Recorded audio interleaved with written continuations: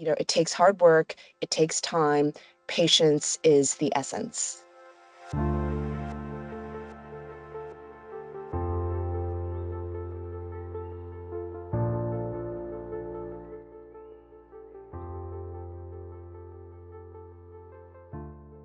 Climate literacy is a journey. It's not something that happens over a couple of weeks. It really takes time. And the advice that I would give business owners is one, to find something that is repeatable in your schedule. Subscribe to a newsletter that covers different climate topics. Maybe they send out a newsletter once or every couple of weeks, and commit to reading through that so that you can start learning some of the terms, some of the themes that come up. And very similar to this, there are many really great podcasts that share episodes very regularly.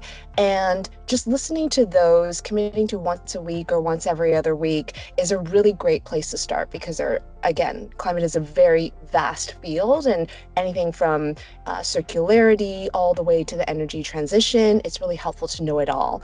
Additionally, there are resources specific to business owners, and whether it's small business owners or medium to large size businesses, a lot of the resources are free. So I would encourage business owners to look those up because sometimes they're even local and they'll give you great tips on how to not only improve your climate literacy, but look at your business through the lens of climate.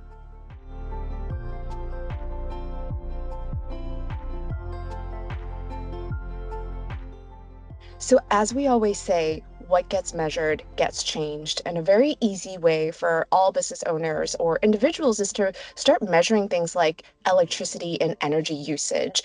Look at your bill, track over time, how much energy are you using, and look at where you can reduce the energy usage. Maybe in the summer, it's having the air conditioning a little bit warmer, or in the winter, having a little bit colder. Maybe you have big appliances that you could potentially turn off. Energy is a really easy way to get started, but also don't get fixated on carbon footprint. Look at the waste footprint, water footprint, etc., of how your business is operating as well, because those are also very important metrics when it comes to climate and sustainability.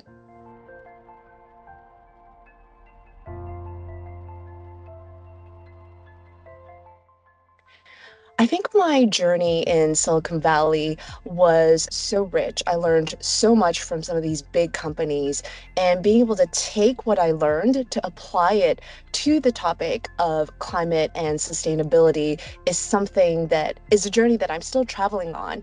But nothing is going to happen without hard work. This is about the fourth year that I've transitioned from Silicon Valley into climate. And I remember when I first started, my calendars were completely empty. I was trying to find people to talk to me about my business, about Clever Carbon.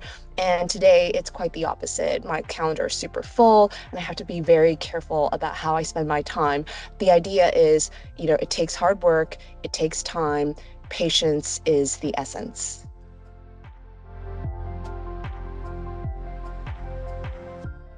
Carbon removal can definitely be a very complex target because what is carbon in the first place?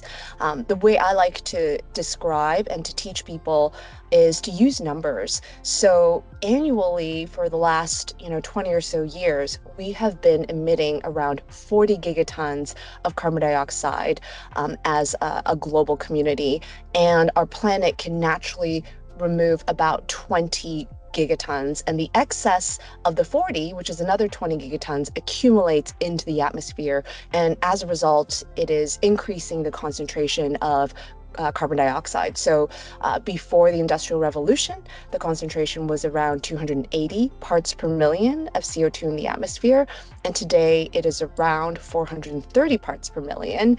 And experts say we need to get back down to around the 300 parts per million level. So there are many layers to understand, but at a very kind of basic level, we have too much carbon in the atmosphere and we need to remove it.